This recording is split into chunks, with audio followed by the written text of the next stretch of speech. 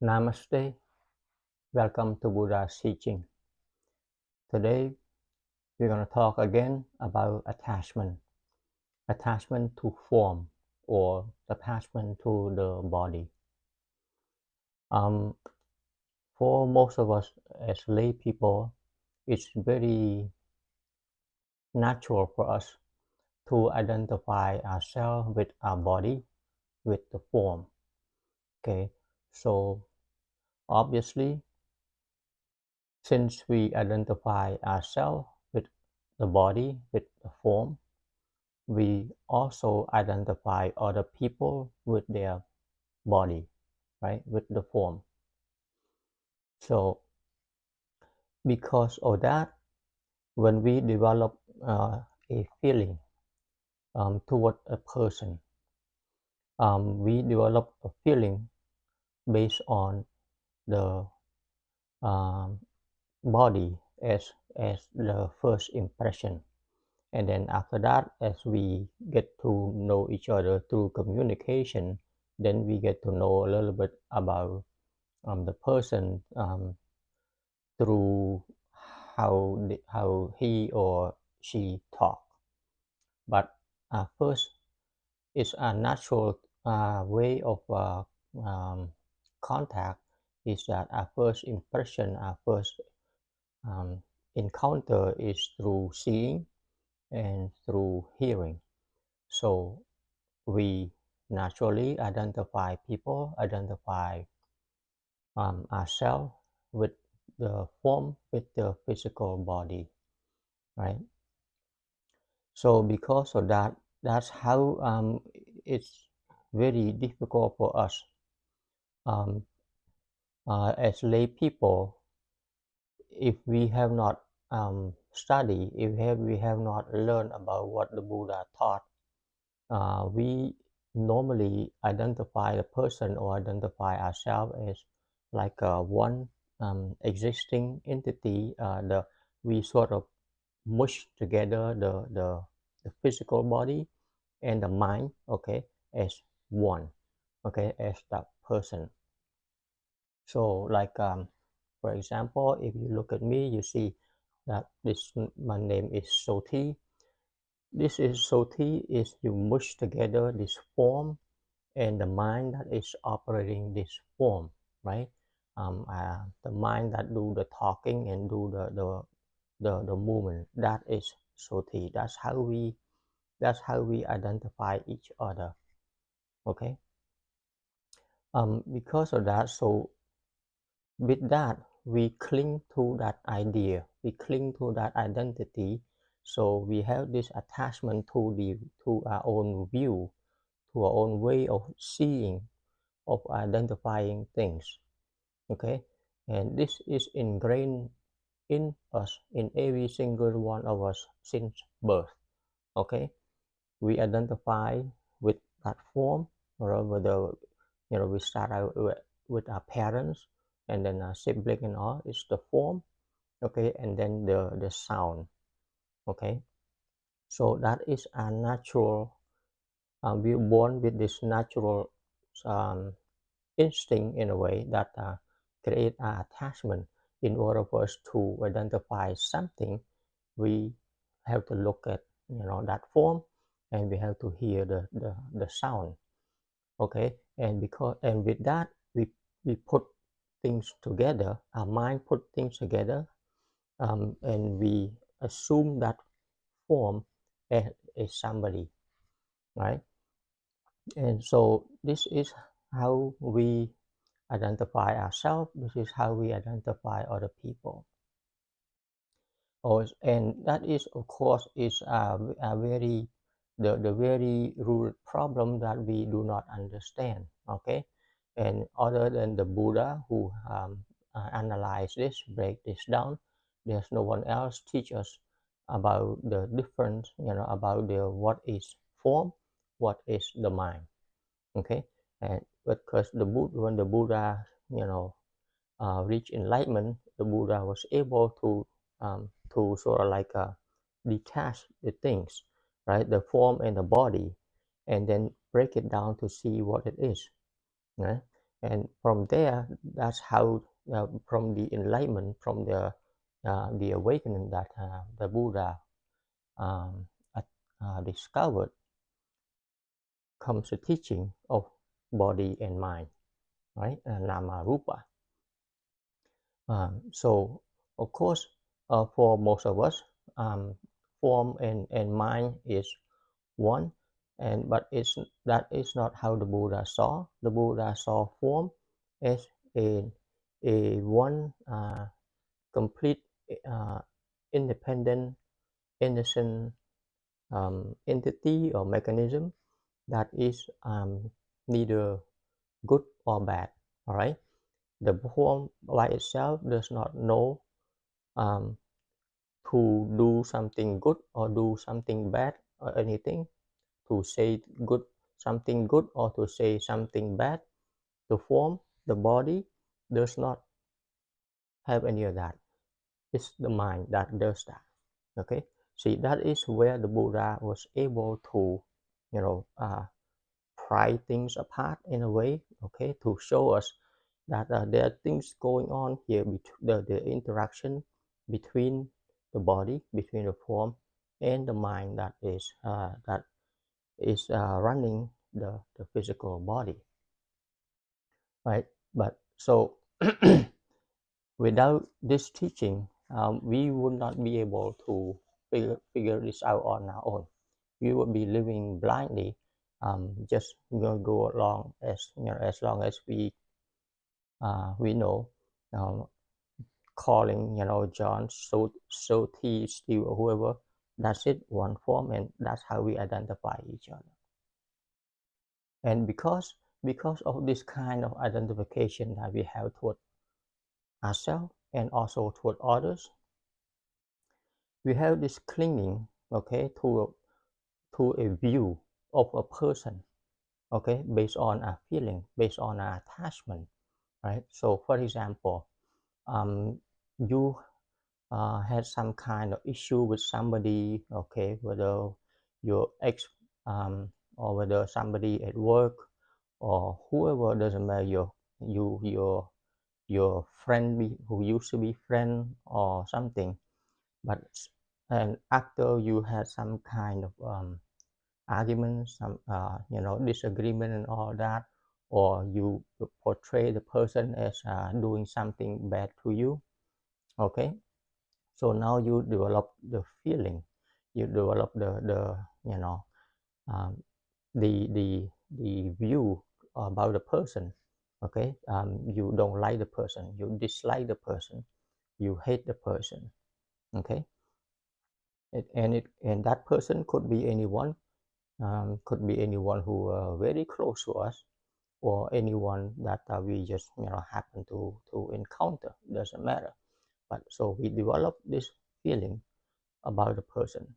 So let's say we don't like that somebody, okay. So now we register that feeling inside our memory, okay, that that person is a bad person, okay. That's it. As far as you concerned, that person is a bad person, okay. He's bad, he's no good, he's evil, he's all that, or she is this and she is that. So it's that, okay. So every time, and then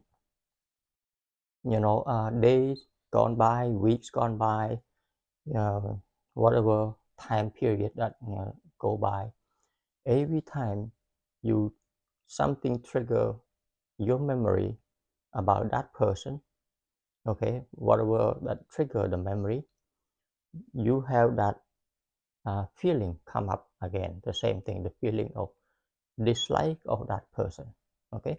So even though the person is not here in front of you, but let's say if you just say you have some kind of conversation and the name of the person happen to come up, that memory trigger the feeling, okay, the feeling of dislike of that person come up. Now that is what we call attachment right there, okay. The attachment is that your attachment to your very own view about that person. So you have this attachment to this feeling that that person is no good. Okay, so when the person is no good, you automatically um, the sixth sense generate the dislike emotion. This is the clinging that we're talking about. Okay, it's the attachment to our very own memory. It's the attachment to our own view. Okay. No, now what we never think of. Okay. In our mind, that person, okay, is always going to be who we think it, who we think the person is. Okay. If we think of the person as a bad person or whatever kind of person that is, that's it. All right. It's just like you close the door and lock the door and throw away the key, right? That's what they say. That's it. That's the final judgment of the person. Okay. What we fail to do is that we could not see that because of that judgment that we have about the person, um, we develop wrong view of the truth. All right. So yes, oh, yes, you may have some kind of disagreement with the person. All right, whatever it is or whatever the person did to you. All right, that is no argument. But it doesn't mean that the person there is always bad 100% day and night 24/7, right? Not the person doing, living his or her own life. Okay, and when he's doing his thing or she's doing his thing, there's time that the person is doing what he or she does normally, according to his or her own mind. All right, throughout the day. So throughout the day, the person operates with the different mind that is running his or her own body, right? So it can flip flop between negative and positive, of course, wholesome or unwholesome, and and he or she keeps going that in his or her own life. Okay, that part we are not aware of. For us, as long as I'm concerned, right? That's what you say. He or she is bad. The end of the story. Okay, but that is just a label that we slap on the particular person in our mind. Okay, but the person himself or herself is another human being. Okay, that has his or her own mind running based on both wholesome and unwholesome faculties. So at one moment he or she can do something unwholesome, and the next moment he or she can do something wholesome. Okay, and the same goes to us, right? The same goes to you. One moment you have a wholesome heart, you do good things. The other, and the next you have some kind of unwholesome thinking in the mind. So we also, right, we change, we flip and flop. Okay, because of the mind that we encounter different things, and so we change also. So it's the other person, right? But see, but the attachment, the clinging mind does not see that. Okay, so what is it? So the view that we develop within ourselves is based on this self I.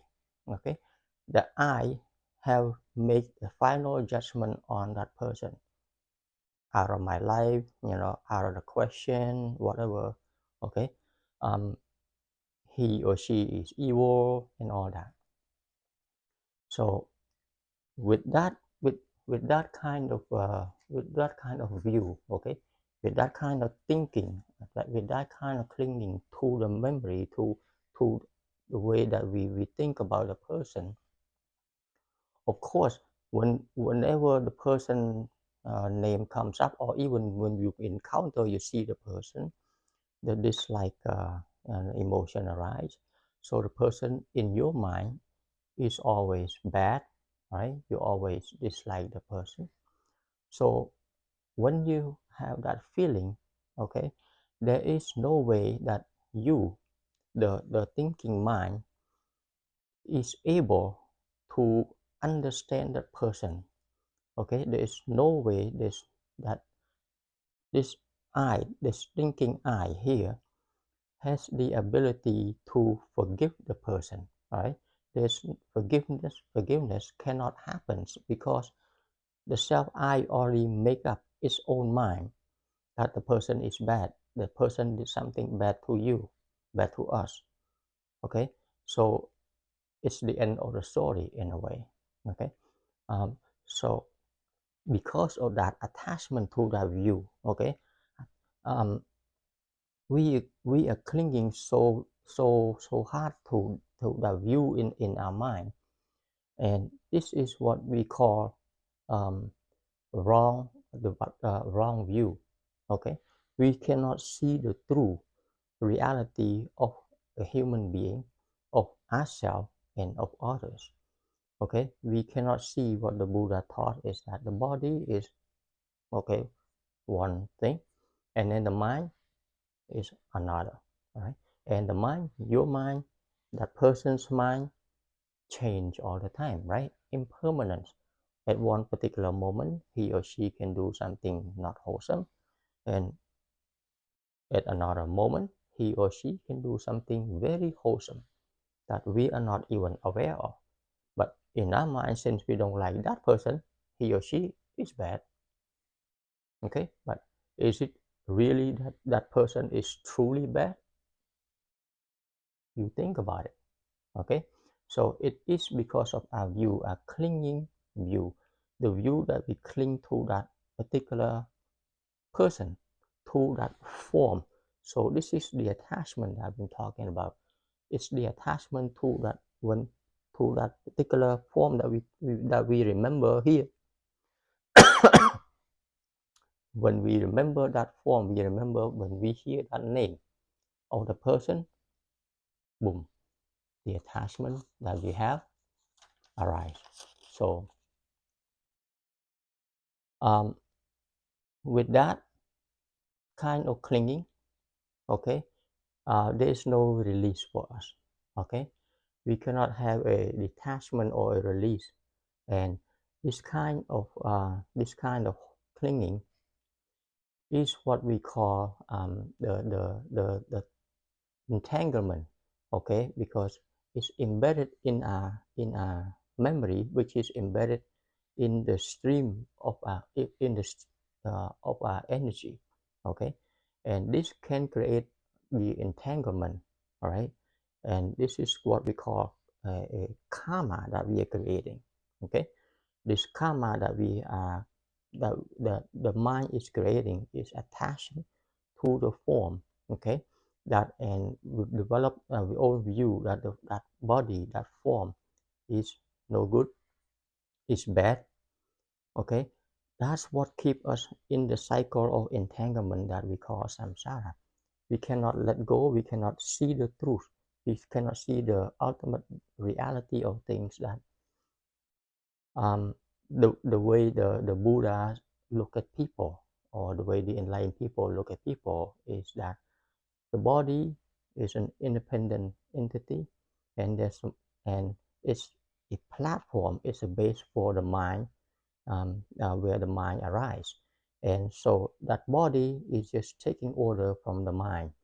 When the mind is wholesome, then the body do good things, or say good, good beneficial words. And if the mind change to do with unwholesome thinking, then the mind tells the body to do um, you know not good things. But the body itself is just a body. Okay, the body just take the order from the mind. So with that, what we need to keep in mind is that, so let's say next time, okay, the name of the person that you don't like come up, or you happen to come to see the person that you don't like, okay, you walk by and things, it could be anyone in your family, it could be anyone, right?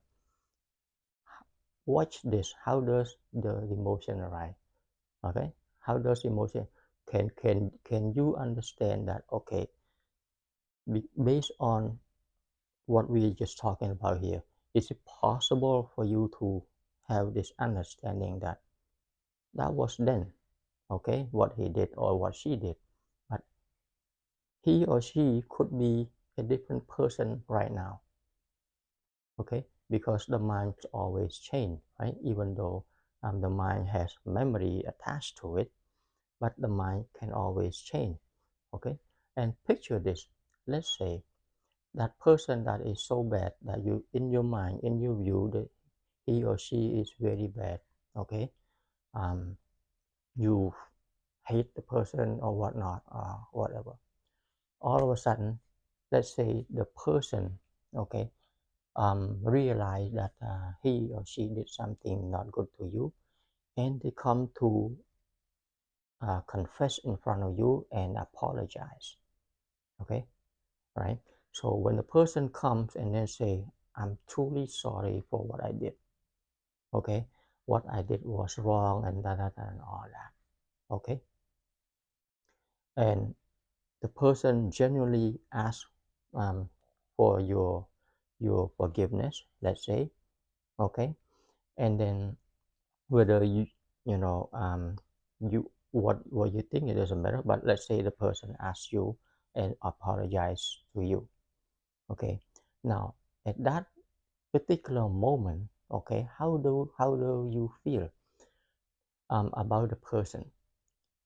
Isn't it possible that all of a sudden the weight on your shoulder, okay, that the feeling, the heavy feeling that you used to have about the person, all of a sudden just poof, right? All of a sudden just gone, and then you hug each other, okay, you cry, you laugh at each other, and then you forgive each other, okay, imagine that. So when that happens, then you can understand that, okay, so the heavy mind that you had before, that you've been carrying all this time, it's just the product of your very own mind that keep you heavy, okay. um, but when the person apologize or whatnot, the mind change, right? Just from being heavy to just now you become best friend again, right? Become whatever again, okay. And that happened a lot, right? That happened a lot. So the clinging at that time, the clinging to the idea of that person's being bad, okay, or whatnot, that idea is just like gone, right? Where did it go? Okay, see, so now you see that the attachment to that form is the product of the ego mind, okay, the attachment that is created in here, okay, that keeps you feeling negative within inside, okay, it's not out there. That negative feeling is in here, and that is part of the many suffering that the self-thinking mind, the self-thinking I, is creating for itself. Okay, that is pretty ridiculous. Okay, but that is what the mind does. The mind create all of this thing and think, when the mind think of itself as a victim and all that, okay, create this hateful feeling about the person and whatnot. The mind is heavy, okay. So the ego is creating this burden, create this weight that puts on itself without knowing that it's doing itself no good. It's not doing it to anyone. It's doing it to itself. But the ego does not realize that. Okay. Instead, the ego creates that attachment. Okay, the clinging on to the very idea about the person. Right. So think about that.